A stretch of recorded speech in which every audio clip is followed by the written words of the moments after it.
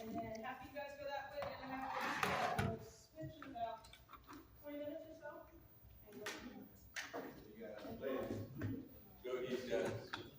You sit, you three back. You guys front. here we go. That's how they'll do. And then the rest of while you're here, everybody come to the seat.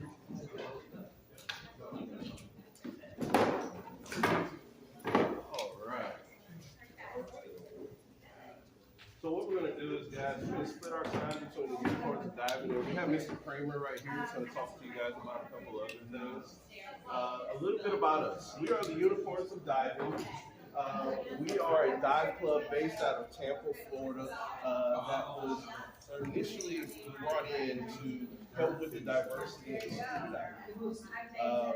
We joined the National Association of Black Divers this first year, and in our first year, we managed to win Dive Club of the Year. We've done that through an amazing team that I have. This is my vice president, Mr. John Lott. John is also in charge of our youth development groups, scholarships, and things of that nature. We have Ms. Kiosha Cool.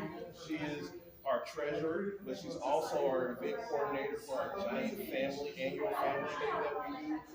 We do it in Jenny Springs. We bring a lot of people out there. And what we do is we like to get people in the water for the first time. We do what we call is a tri-scuba, where you get to try scuba diving and breathing underwater in a controlled environment. What we brought here today for you guys is just a couple of the tools and devices that we use underwater. And Yosha has also put together a small PowerPoint that we'll show right here at the end. But first, what I want to do is just kind of go over some of the gear that we use that may pique your interest. A lot of people, when we do these type of events, are interested in spearfishing and with our spear guns. And we have our expert spearfishermen here that travels all across the country going spearfishing. So I'm going to pass it over to John. So this right here is generally what we call a blue water. So some people don't realize that, you can sit on top of the water and try to reel a fish in for 6 or 7 hours, or go underneath the water and actually go where they actually are and go grab one anytime you want to. So there's seasons here in Florida and pretty much nationwide of what you can catch and what you can't catch. There are limits.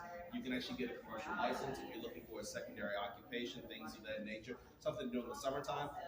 You can become a dive master. I'm a dive master just as an instructor. You can take people out on diving, and for those of you who would like to travel, I travel internationally. You can travel the world being a dive master. They actually will pay you to take people out on dives. You can live somewhere. And I've been to the Maldives. I did my rescue diving training in Bali, Indonesia.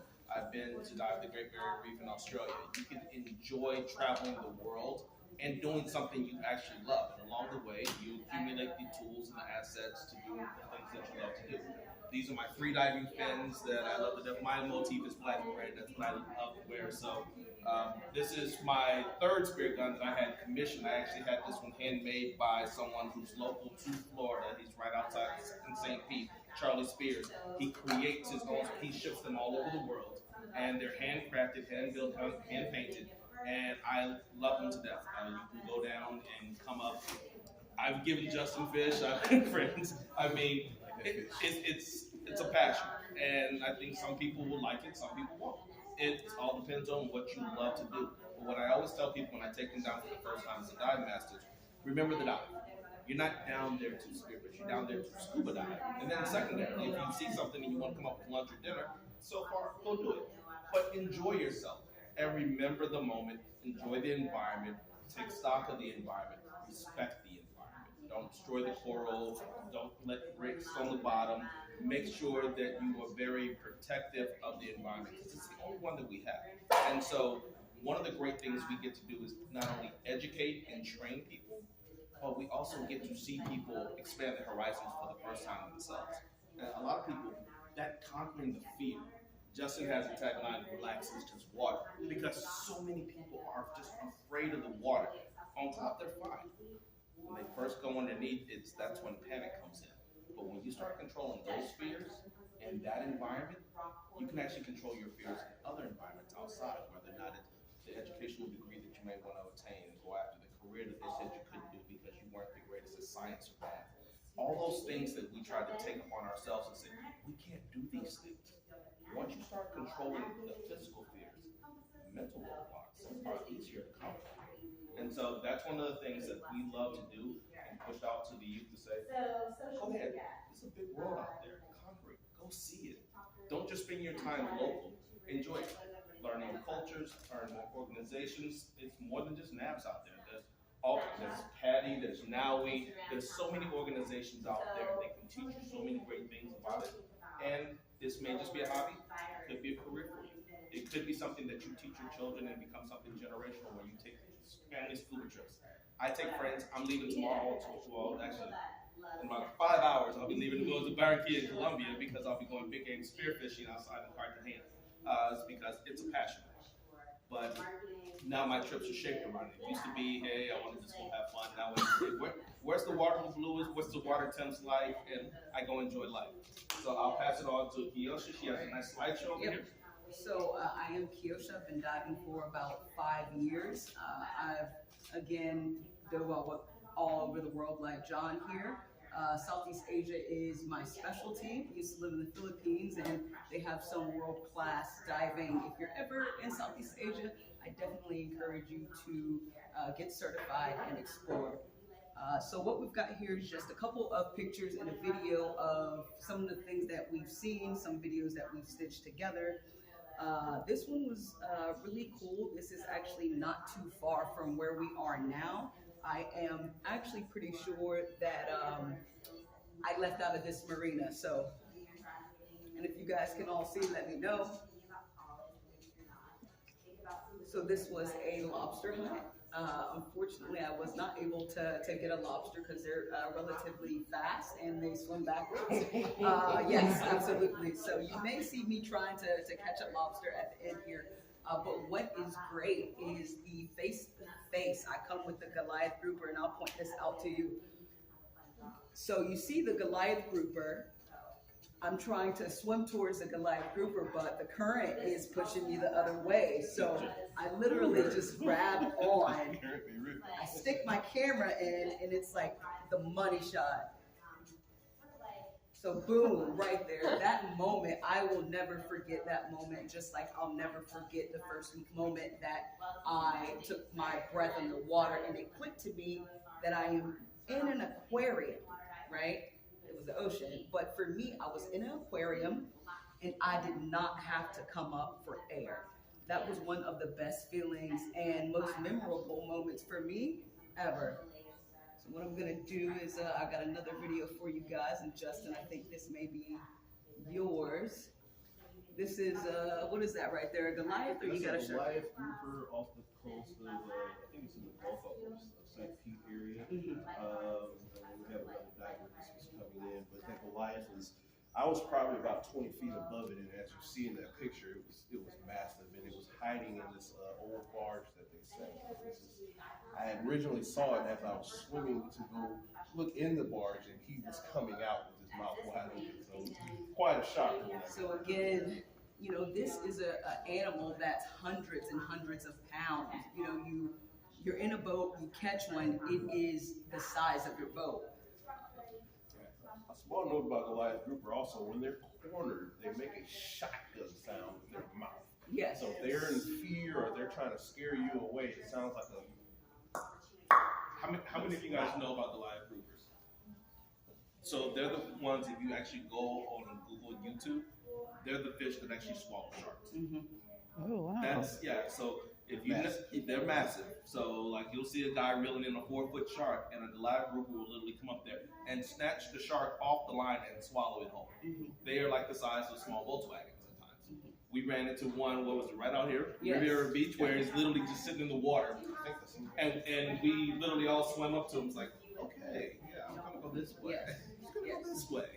Because, you know, they are big and you respect them because, trust me, you don't want it the other way around. Right. And for those of you involved in, say, maybe it's politics or you want to get involved in the community, there was some legislation to opening up the hunting of them because, again, with ecology, they are predators. They're eating sharks. They will eat everything around them and not think twice. So those are avenues for you guys to get involved. Obviously, you are already involved, but go to some of the city council meetings, go to different committees and really get involved. If you are passionate about what you are passionate about, this is an excellent opportunity to do something, that matters. So for those of you that saw this picture, you see how big this is, but for scale, this is our dear friend. He's about 6 foot. So, yep, you see how big he is, and then you see the Goliath Grouper. Goliaths at their max can grow to be about 900 pounds. Right. Wow. So, but not necessarily. They eat fish, they eat sharks, but they're not. I wouldn't put them in the categories of predator, right? Because they migrate through this area once a year, which is coming to the end of their migratory pattern. But they're beautiful animals to see in the ocean. Absolutely phenomenal. And you can dive with them all day long. They don't care about you or anything else. Right? They just want to be left alone, really. Right?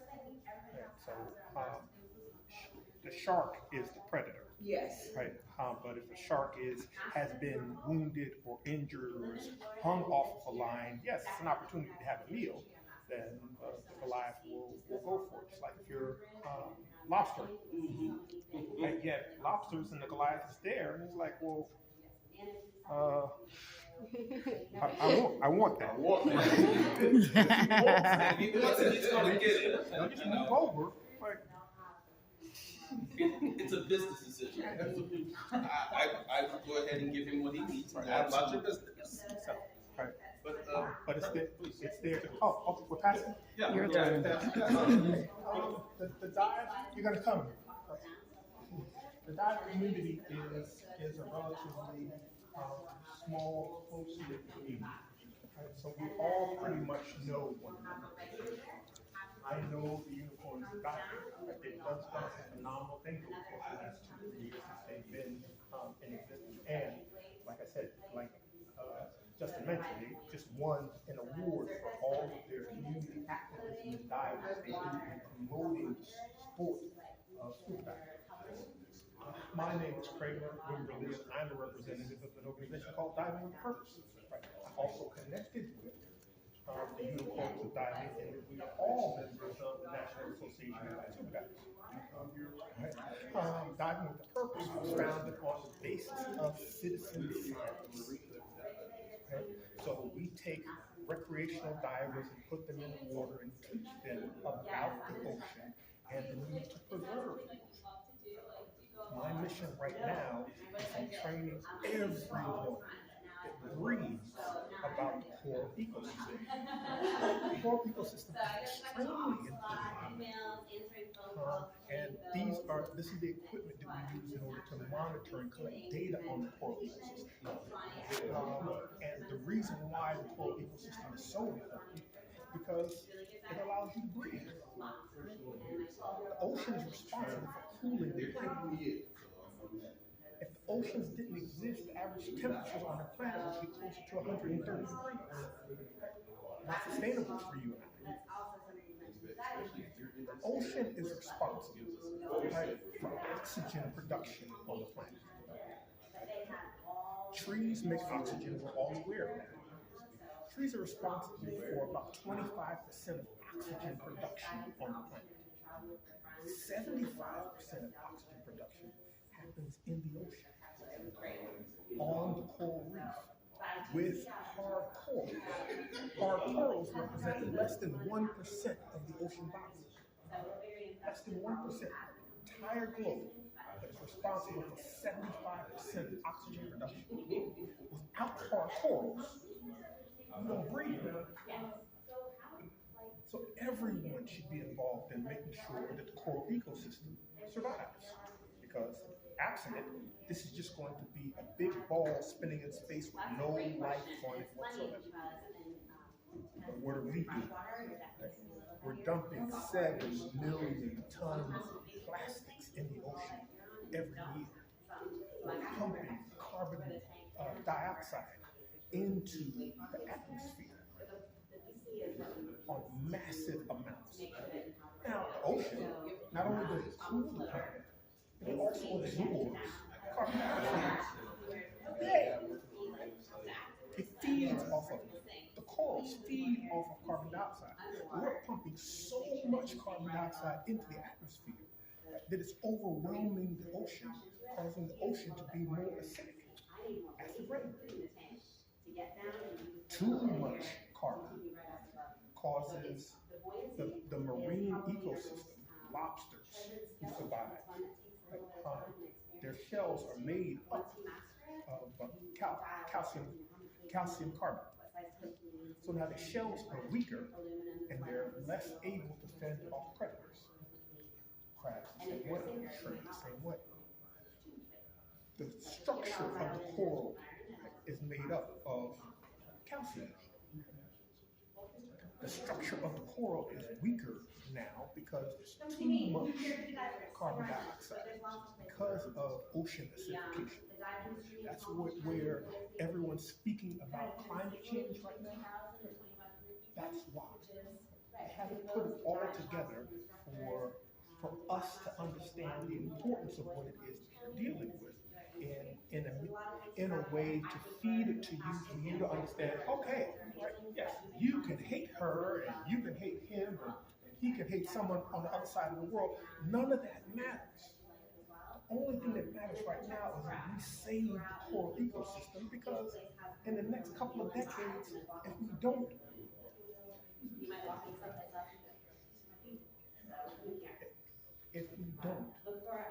we cease to breathe.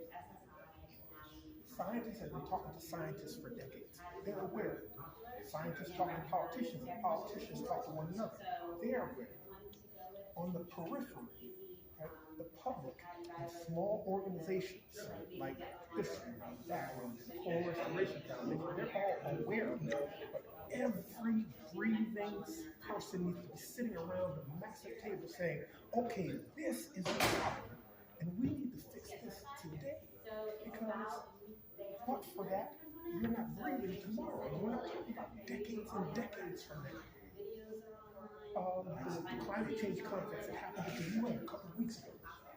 The Prime Minister of Barbados saying, and this is again something immediate that you can place into context. If we don't address climate change today, you're going to be looking at millions of climate change refugees. Because islands are going underwater, just like Florida now is going underwater.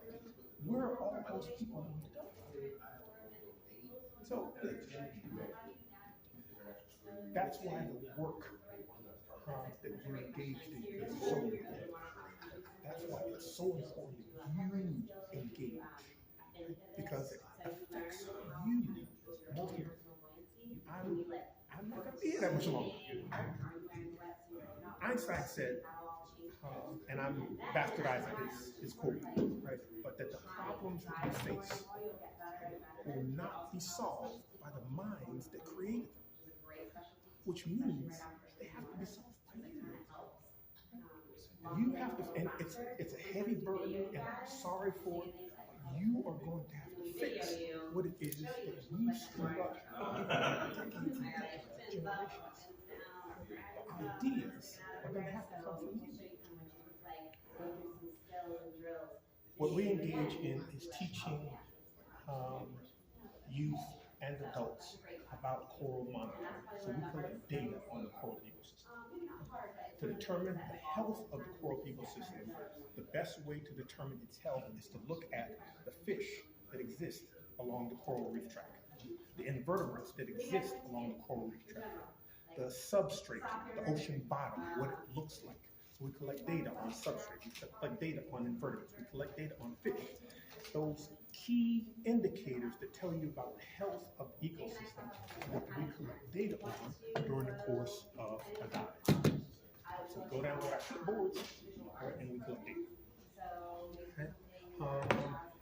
We collect data on the size of things, right? So we can be accurate in our assessments.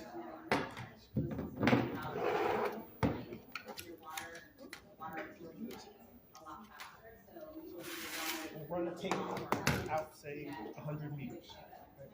Right? Collect data all the way along all of the fish that are key to the health of the coral ecosystem.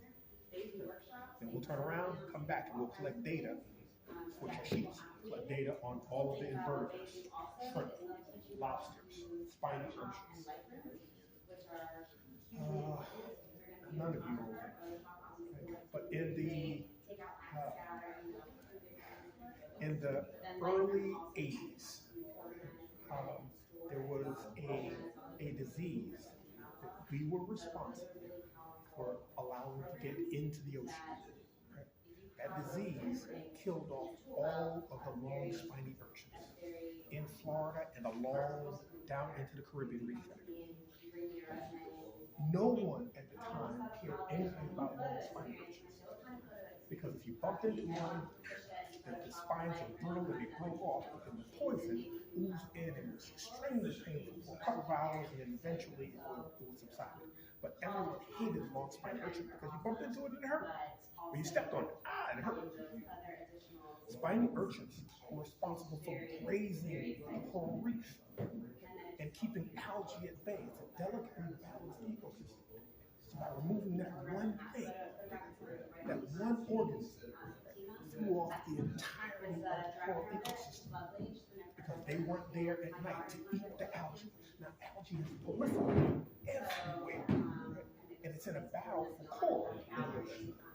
So when the spiny urchins are not there to keep the algae at bay, the algae proliferated, drowned out all the coral. Now we've moved from a hard coral ecosystem to a soft coral ecosystem. We've changed the fish, we've changed the invertebrates, we've changed the substructure, all from just one organism being left. Since then, we've lost, through extinction, dozens and dozens of organisms. We're collecting data all around the world on what the condition of the coral ecosystem is at this particular point in time, so that we can make an assessment about how it is that we can fix that.